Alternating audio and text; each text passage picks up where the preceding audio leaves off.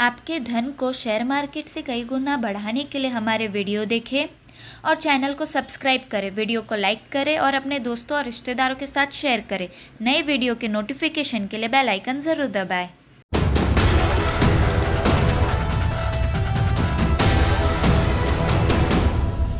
नमस्कार, जी बिजनेस पर आपका स्वागत है। आप देख रहे हैं choice broking presents investment Gurukul powered by metropolitan stock exchange. मैं हूं मानसी दवे और मेरे साथ है जी बिजनेस के मैनेजिंग एडिटर अनिल सिंघवी जी। अनिल जी, पिछली क्लास में हमने ईटीएफ, उसके मायने, कैसे बनता है, कौन बनाता है, ये सब समझ लिया और बाद में आप हमें इसके बेनिफिट समझा रहे थे जो कि कई सारे थे और कई सारे बाकी भी हैं। हाँ, लेकिन उसमें एक चीज और बाकी है जो बताना रहेगी, वो ये कि वो पिछले वाला एपिसोड कृपया करके एक बार फिर से देख लें। बिल्कुल, क्योंकि एक बार में नहीं समझ आएगा, थोड़ा सा मुश्किल है। उतना नहीं। ईटीएफ को समझने के लिए पहले आपको इंडेक्स समझ लेना होता है। इंडेक्स हम पिछले एपिसोड्स में समझ ही चुके हैं। हाँ, सीख चुके हैं। फिर भी एक बार ये एपिसोड देखने के पहले पीछे वाला एपिसोड देख लें और बैक टू बैक देखें तो आपके लिए समझना आसान होगा। लेकिन फ़ायदे तो ढेर सारे हैं। हाँ। तो कुछ फ़ायदे जैसे मैंने पिछले बार आपको बताया था कि खरीदना बेचना बड़ा आसान है। मार्केट आवर्स में दिन भर आप कभी भी खरीद बेच सकते हैं। आपको अलग से अकाउंट खुलवाने की ज़रूरत नहीं, आपका ब्रोकिंग अकाउंट है और उसी से काम हो जाएगा। एक और बड़ा फ़ायदा है कि ज़रूरी नहीं कि आप दिन के अंत में उस इंडेक्स की क्या वैल्यू है या एनएवी क्या है, जैसे कि म्यूचुअल फंड की स्कीम्स में होती है, उस पर आप खरीदे बेचे। आपके मन के हिसाब से आप अपने भाव के हिसाब से, लिमिट ऑर्डर के हिसाब से दिन के दौरान खरीद बेच सकते हैं। ये कुछ फ़ायदे हमने आपको पिछली बार बताए थे। हाँ, लेकिन इसके अलावा कुछ और फ़ायदे हैं। पहला ये कि बड़ा पैसा लगाने की ज़रूरत नहीं, एक एक यूनिट भी आप खरीद बेच सकते हैं। तो इन्वेस्टमेंट, छोटे इन्वेस्टमेंट से भी आप ईटीएफ खरीद बेच सकते हैं। दूसरा है कि आमतौर पर ईटीएफ क्या है, कुछ स्टॉक्स का एक वो समूह है, इंडेक्स है जी। या फिर बॉन्ड्स, करेंसी, जो अलग अलग ईटीएफ होते हैं। तो आपके लिए ढेर सारे स्टॉक्स एक साथ मिल जाते हैं तो रिस्क कम हो जाती है। भाई एक सिंपल चीज़ है, अगर आप कोई एक स्टॉक खरीद रहे बेच रहे हैं तो जाहिर सी बात है उसमें पैसा भी ज़्यादा बनता है, रिस्क भी ज़्यादा होती है। लेकिन स्टॉक्स का समूह है, एक्सचेंज ट्रेडेड फंड बना लिया, ग्रुप बना लिया, इंडेक्स बन गया, तो आपके लिए रिस्क भी कम हो जाती है, डाइवर्सिफिकेशन मिल जाता है। कोई एक बिगड़ेगा तो कोई एक बनेगा भी। एग्जैक्टली। निफ्टी के कभी भी ऐसा तो होता नहीं कि 50 के 50 शेयर ऊपर हो या 50 के 50 नीचे हो, कुछ ऊपर कुछ नीचे, ऐसा चलता है। तो आपको थोड़ा सा स्थिरता मिल जाती है पोर्टफोलियो में।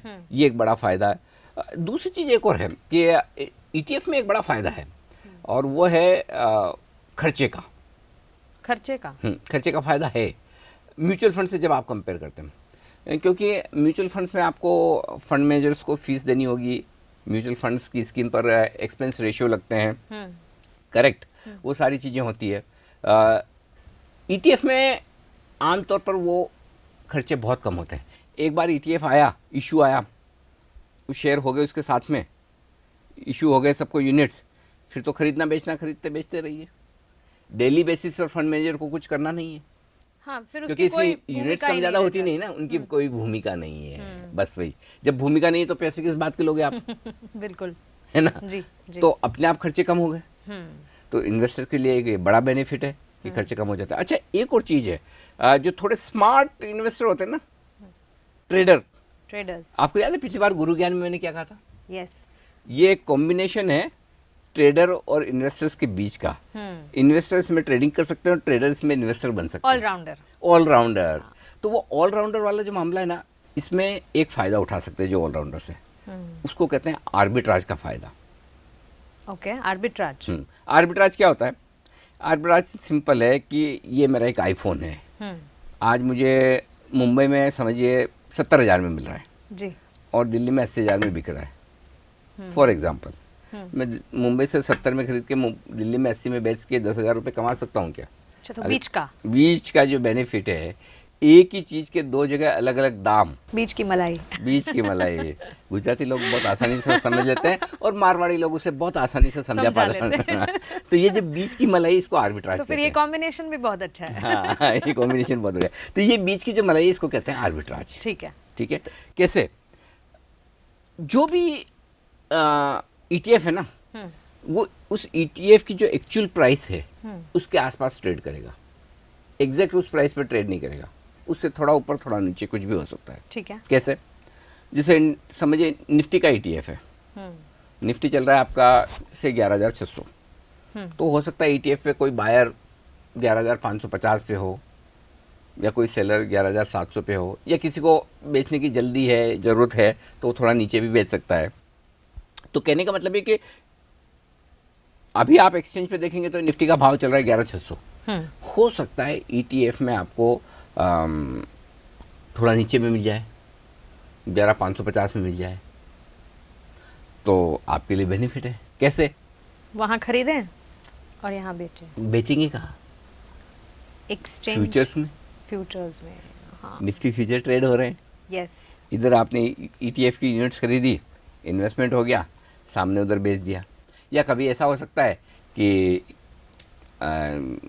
आपको भाव का डिफरेंस अलग अलग मिल सकता है, तो उसका फ़ायदा उठाने के लिए आर्बिट्राजर्स आ जाते हैं। कभी कभी मैं सोचती हूँ कि इसका एडवांटेज कितना सही है। हमने FNO समझाया, हाँ। अब जब हम ये इन्वेस्टमेंट समझ रहे हैं तो कितना ज़्यादा यहाँ पर काम आ रहा है। और जैसे ही हम किसी भी कॉन्सेप्ट को समझना है, कहीं भी बीच में से कुछ समझना है, तो कितना फायदेमंद है। एब्सोल्युटली। तो ये है ना, ये स्मार्ट लोगों का काम है। बहुत सारे लोग कहते हैं कि भाई मार्केट में आप कभी भी बिना रिस्क के तो पैसे ही नहीं बना सकते। आर्बिट्राजर्स हैं जो सिर्फ पैसे से पैसा बनाते हैं। हाँ, अब ये अलग बात है कि बिना रिस्क के आपको बहुत ढेर सारे पैसे नहीं मिलेंगे, वो ब्याज की कमाई है। हाँ, ब्याज से थोड़ी ज़्यादा कमाई, बीच का एक चांस है बीच की मलाई, तो ये आर्बिट्राज वो भी होता है। तो इतने सारे एडवांटेज हैं आपके लिए ETF के, मतलब आप सोच नहीं सकते। और मज़े की बात ये है मानसी कि लोगों ने समझने की कोशिश ही नहीं की कभी ETF। अच्छा, हमने भी नहीं की थी कोशिश समझाने की, अब कर रहे हैं, लेकिन हम समझ रहे हैं। अब समझा रहे हैं। जी। तो फिर इतने एडवांटेजेस हैं, तो फिर डिसएडवांटेज भी होंगे कि नहीं? डिसएडवांटेज भी हैं, ऐसा नहीं कि नहीं है, थोड़े हैं। पहला, लिक्विड कम है, बहुत ज़्यादा ट्रेडिंग नहीं होती। आमतौर पर ETF में जो लोग पैसा लगाते हैं ना, इन्वेस्टमेंट के एंगल से लगाते हैं, तो रोज़ रोज़ वो ट्रेड करने के मूड में होते नहीं है। तो हर वक्त आपको बाय सेल लिक्विडिटी मिलेगी, इसकी संभावना कम है। Point number 1। या फिर अवेयरनेस शायद नहीं है इस वजह से। अवेयरनेस नहीं होना तो एक अलग चीज़ है, लेकिन जिसने पैसा लगा लिया, जो अवेयर है, उसके बाद उसको क्या एडवांटेज डिसएडवांटेज मैं उसमें जा रहा हूँ। तो उसमें पहली चीज़ तो ये होगी कि भाई लिक्विडिटी कम है। दूसरा, आप इसको ट्रेड कहाँ कर रहे हैं? एक्सचेंज पे। हाँ। जब आप एक्सचेंज पे ट्रेड कर रहे हैं ना, तो आपका एक ट्रेडिंग अकाउंट होना चाहिए। वो किसके साथ खोलते हैं आप? ब्रोकर के साथ। बिल्कुल करेक्ट। आपके पास ब्रोकिंग अकाउंट है, ETF खरीदिए बेचिए। अब दुनिया में ऐसा कौन सा ब्रोकर है जो फ्री में करता है काम? कमीशन तो चाहिए उसे। ब्रोकरेज तो देनी पड़ेगी ना।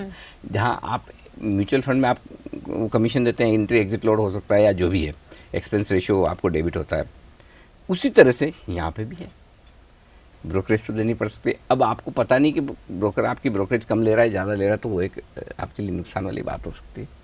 तो इसमें कहने का मतलब है कि जब आपको खरीदना है तो भी आसानी से मिलता नहीं, बेचना है तो भी आसानी से बिकता नहीं, क्योंकि लिक्विडिटी कम है, और दूसरा उसके ऊपर ब्रोकरेज आपको लगती है। ओके। तो ये दूसरा एडवांटेज है। थोड़ा टैक्सेशन रिलेटेड इश्यूज हैं जिसमें फ़ायदे भी नुकसान भी, वो हम आगे विस्तार से बातचीत करेंगे।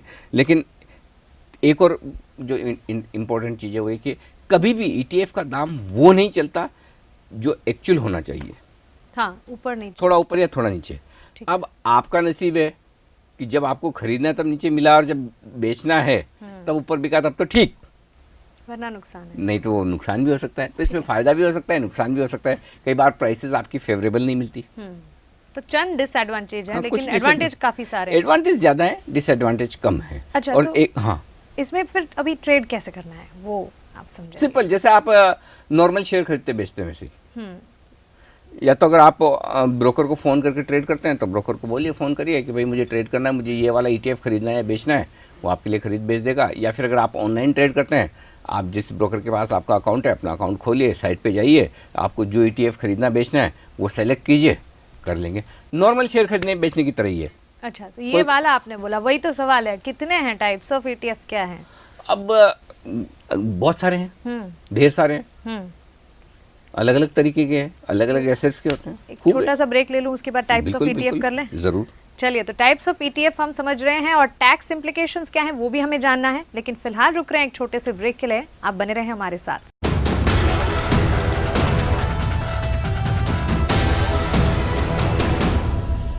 ब्रेक ब्रेक के बाद स्वागत है आपका। आप देख रहे हैं इन्वेस्टमेंट गुरुकुल और हम समझ रहे हैं ईटीएफ और उसके मायने। पहुंचे हैं हम टाइप्स ऑफ ईटीएफ समझने पर और समझा रहे हैं जी बिजनेस के मैनेजिंग एडिटर अनिल सिंघवी जी। ढेर सारे टाइप्स ऑफ ईटीएफ। हाँ, लेकिन मैं जो खास है वो आपको बता दूं। सबसे पॉपुलर इंडेक्स ईटीएफ है, जो हमने बताया कि निफ्टी का, सेंसेक्स का, किसी और इंडेक्स का, इस तरह का ईटीएफ हो सकता है। तो बस सिंपल है, जैसा निफ्टी में 50 शेयर हैं वो ऊपर नीचे होते हैं, उसी तरह से आपका ईटीएफ भी ट्रेड करेगा। वही है, बहुत सिंपल है। जो इंडेक्स है, जिस प्रोपोर्शन में, जिस अनुपात में उस इंडेक्स में शेयर हैं, वैसे ईटीएफ में भी रहेंगे। सबसे बेसिक ही है। अगर किसी को ईटीएफ में इन्वेस्ट करना शुरू करना है तो यहाँ से करें। हाँ, मतलब ये इजी है आपको ट्रैक करना, अंदाजा लगाना। तो ये तो हो गया आपका इंडेक्स वाला ईटीएफ। दूसरा है, इंडेक्स के साथ साथ स्टॉक्स के ईटीएफ होते हैं। तो आमतौर पर एक सिंगल स्टॉक ईटीएफ तो होता नहीं है, कुछ एक स्टॉक होंगे जिनका इंडेक्स ना भी हो, लेकिन 5-7 स्टॉक मिलकर एक ईटीएफ बना दिया, जैसे कि जो सरकारी कंपनियों का ईटीएफ है ना, वो एक ईटीएफ हो गया। तो इस तरह के ईटीएफ भी बड़े पॉपुलर हैं। ठीक है। वो पॉपुलर 2 तरीके से होते हैं। एक तो ये कि अगर इन्वेस्टर को किसी एक पर्टिकुलर तरह के स्टॉक्स में पैसा लगाने का इंटरेस्ट है, तो वो ईटीएफ बना देता है। या फिर कोई, जैसे सरकार है, उनको कुछ पर्टिकुलर शेयर बेचने में इंटरेस्ट है, तो वो ईटीएफ बना के बेच देती है। इसे एक तरह से आप स्टॉक्स ईटीएफ को सेक्टर ईटीएफ भी कह सकते हैं। किसी एक पर्टिकुलर सेक्टर की, किसी एक पर्टिकुलर तरह की कंपनियों का एक कॉम्बिनेशन बना दिया, समूह बना दिया, उसका ईटीएफ बना दिया और आप ट्रेड कर रहे हैं और मार्केट में उतार दिया। वो है। जैसा मैंने एक चीज़ आपको कही थी कि ईटीएफ ज़रूरी नहीं कि सिर्फ स्टॉक्स का हो, हर तरह के, कोई भी एक्सचेंज पे ट्रेड होने वाला फंड ईटीएफ है। तो बॉन्ड हो सकते हैं, डिबेंचर्स, बॉन्ड्स, गवर्नमेंट सिक्योरिटीज, इनका एक कॉम्बिनेशन बना लिया, समूह बना लिया, उसका ईटीएफ हो गया। करेंसीज का हो सकता है, करेंसी ईटीएफ भी होता है। हाँ, हमारे यहाँ नहीं, लेकिन हो सकता है कि भाई पाउंड, डॉलर, व्हाटएवर, यूरो, जो आपको बना के बनाना है, तो वैसा हो सकता है। गोल्ड का ईटीएफ बड़ा पॉपुलर है। हाँ, गोल्ड ईटीएफ। तो गोल्ड है, गोल्ड तो ही है। इसके अलावा कई सारे आप ये देखिए कमोडिटीज के। तो गोल्ड ईटीएफ में कौन से सेक्टर्स, मतलब क्या? Gold, only gold. ठीक है, गोल्ड के पीछे गोल्ड है। गोल्ड के पीछे, हाँ, वो सिंगल, आप ये समझ, सिंगल कमोडिटी भी हो सकता है जी, सिंगल कमोडिटी भी हो सकता है, तो वो गोल्ड ईटीएफ है। तो कोई ऐसा, इन तमाम ईटीएफ में जो आपने प्रकार बताएं, कोई ऐसा है जिससे बचना है या जिसमें नहीं जाना है? ऐसा नहीं, ये सब जाने के लिए ही है। सारे हाँ, के सारे जाने के लिए है। हाँ, बिल्कुल। ठीक है। तो क्या मैं एक ही दिन में ईटीएफ खरीद और बेच सकती हूँ? हाँ, क्यों नहीं, अच्छा, बिल्कुल।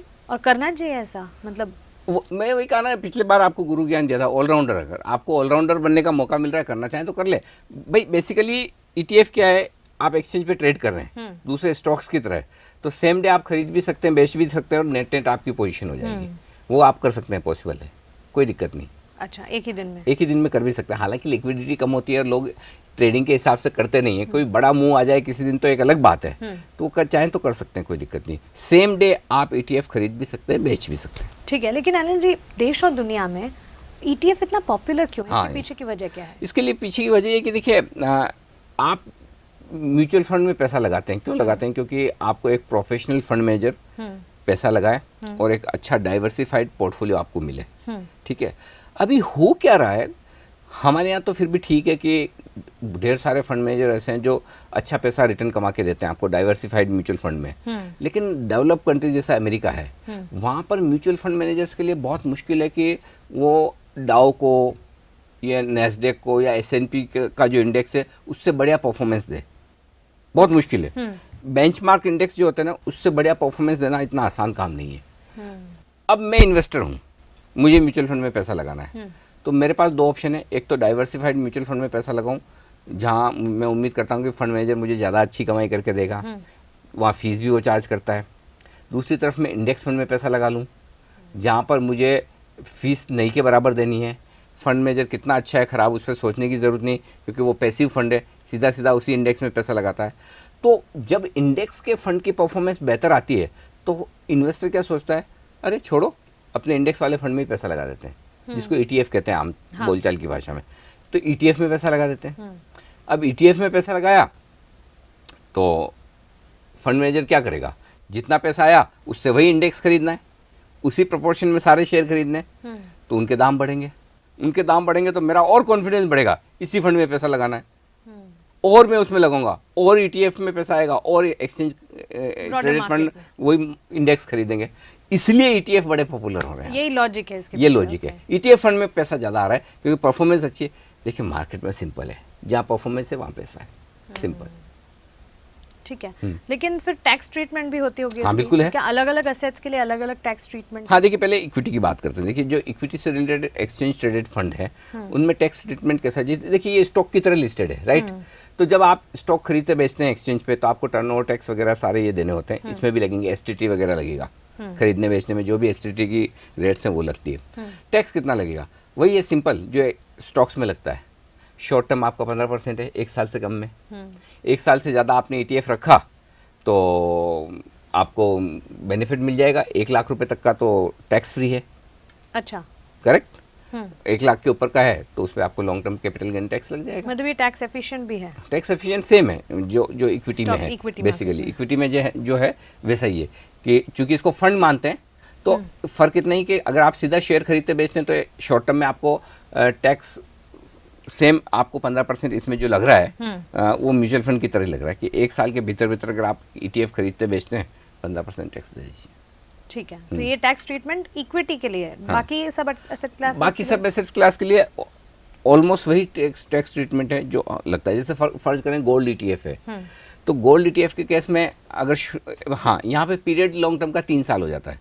इक्विटी के ETF में लॉन्ग टर्म 1 साल के बाद ही हो जाता है, गोल्ड में 3 साल है। अच्छा, तो 3 साल से पहले अगर आप गोल्ड का ETF खरीद रहे बेच रहे हैं तो आपकी जो पर्टिकुलर टैक्स स्लैब है, अगर आप 30% की स्लैब में आते हैं तो 30% लगेगा, 20 में आते हैं तो 20 में लगेगा, जो आपकी इंडिविजुअल स्लैब है उस हिसाब से टैक्स लग जाएगा।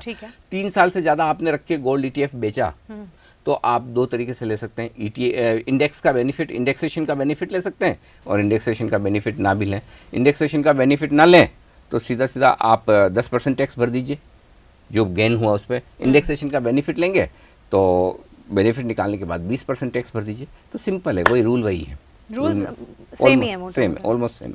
ठीक है, लेकिन अगर इंडेक्स फ्यूचर्स से ETF को कंपैरिजन किया जाए तो क्या इंडेक्स फ्यूचर्स के मुकाबले ETF बेहतर हैं, और अगर है तो ऐसा क्यों है? इंडेक्स फ्यूचर से अगर आप कंपेयर करें तो सबसे बड़ा एडवांटेज जो है ETF में, फर्ज करें हम निफ्टी की बात करें, अब आप निफ्टी का एक फ्यूचर खरीदेंगे, 75 का लॉट साइज है, 11, साढ़े 11, 12,000 की निफ्टी की वैल्यू होती है, 8-9 लाख का लॉट हुआ, 75,000, 1 लाख रुपए मार्जिन हुआ, तो मिनिमम इतना पैसा तो आपको देना ही पड़ेगा जी।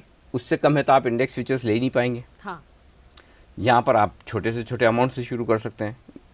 एक का लॉट साइज होता है तो मिनिमम अमाउंट से भी आप शुरू कर सकते हैं, तो छोटे अमाउंट से भी आप इन्वेस्ट कर सकते हैं। तो पहला सबसे बड़ा एडवांटेज ये है। दूसरा ये कि एक बार आपको जितना पैसा डालना था आपने डाल दिया। इंडेक्स फ्यूचर्स में रोज mark to market profit loss ऊपर नीचे होता रहता है, तो एडिशनल पैसा भी देने आ सकता है। यहाँ पर आपको पता तो है ना कि मेरे पास जितने पैसे मैंने डाल दिए बात खत्म, रोज रोज मुझे और एडिशनल पैसा देने की जरूरत नहीं पड़ेगी। एक बार मैंने ETF खरीद लिया, बात खत्म, पूरा पैसा दे दिया। करेक्ट। तो ये एक दूसरा एडवांटेज है। एक और है कि इंडेक्स फ्यूचर्स जब आप खरीदते हैं तो रोल ओवर करना पड़ता है हर महीने, और वीकली ले लिया तो और वीकली करो, है ना। तो ये बड़ी दिक्कत है, रोल ओवर करते रहो। यहाँ पर रोल ओवर का झंझट ही नहीं है। एक बार आपने ETF ले लिया, जब तक रखना रखिए आराम से, हर महीने वाला सिस्टम खत्म, हर हफ्ते रोल ओवर का सिस्टम खत्म। एक और चीज़ है जो बड़ी इंटरेस्टिंग है, कई सारे फंड्स ऐसे होते हैं, म्यूचुअल फंड्स होते हैं, कुछ ही लोगों के रेस्ट्रिक्शंस होते हैं कि आप फ्यूचर्स में ट्रेड नहीं कर सकते भाई, रूल्स है। तो अगर मुझे इंडेक्स फ्यूचर चाहिए, मुझे पैसा निफ्टी में ही लगाना है, तो मैं कैसे लगाऊं फिर? अगर मुझे फ्यूचर में ट्रेड करना अलाउ नहीं है तो ETF तो कर ही सकता हूँ, वो फंड है, वो फ्यूचर्स नहीं है, ये तरीका है, वो तरीका है। सेम चीज़ है, वही निफ्टी खरीदनी है लेकिन मैं फ्यूचर में नहीं खरीद रहा हूँ, फंड में खरीद रहा हूँ, एक्सचेंज ट्रेडेड फंड ETF में। तो एक रास्ता है मेरे पास वही निफ्टी पैसे खरीदने का, और ऐसे रास्ते हमें आपसे ही पता चलता है, वरना पता ही ना चले कभी कि ये भी एक तरीका है। एक चीज़ और है, टैक्स एफिशिएंट है। इंडेक्स फ्यूचर्स में आप ट्रेड करते हैं तो कितना टैक्स लगता है मालूम है? पूरा। आप 30% की स्लैब में है, पूरा दे दीजिए क्योंकि ट्रेडिंग है। हाँ, और यहाँ भी आपने समझाया, यहाँ आपको लॉन्ग टर्म का बेनिफिट मिलता है, शॉर्ट टर्म में तो 15%, दोनों में फायदा है ना। आप हाईएस्ट टैक्स स्लैब में कभी नहीं जाएंगे, बिल्कुल, क्योंकि इसे फंड माना जाता है, इसे इन्वेस्टमेंट माना जाता है। फ्यूचर्स को ट्रेडिंग माना जाता है। हाँ हाँ, कर रहे हैं आप इन्वेस्टमेंट, लेकिन फिर भी ट्रेडिंग का फर्क समझ में आ गया ना? बिल्कुल ले रहे तो हैं। ये बड़ा फायदा है। कई बार ETF डिस्काउंट पे ट्रेड होते हुए, तो आपको वही चीज़ डिस्काउंट पे मिल रही है। डिस्काउंट वाली चीज़ तो आपको हमेशा पसंद आती होगी मानसी जी, मैं अज्यूम कर रहा हूँ। आती है ना? हाँ। तो ये दूसरी चीज़ है। नुकसान एक ही है कि एक ये लिक्विड कम होते हैं थोड़े से, बस खरीदना हो बेचना हो दोनों में थोड़ी मुश्किल होती है। अगर इनकी लिक्विडिटी आ जाए ना तो क्या कहने तो में। मजा आ जाए। चलिए, तो 2 क्लास में ETF आसान भाषा में हमें समझा दिया आपने, लेकिन फिर भी हमें गुरु ज्ञान चाहिए। पैसा लगाने का सस्ता सुंदर सरल तरीका है ETF।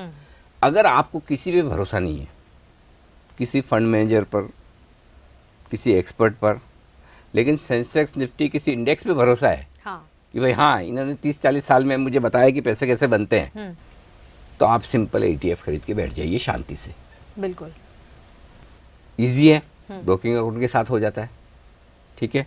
कम से कम पैसे में आप लगा सकते हैं, ठीक है। इंडेक्स फ्यूचर्स के मुकाबले में टैक्स एफिशिएंट है।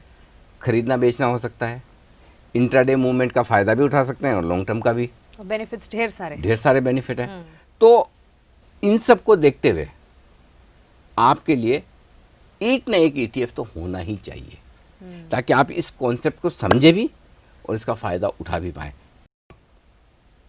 ये फ़ायदा आपको मिलेगा तब जब इंडेक्स से हटकर कुछ ऐसे ETF बाजार में आएंगे, जैसे कि CPSE सरकारी कंपनियों के ETF।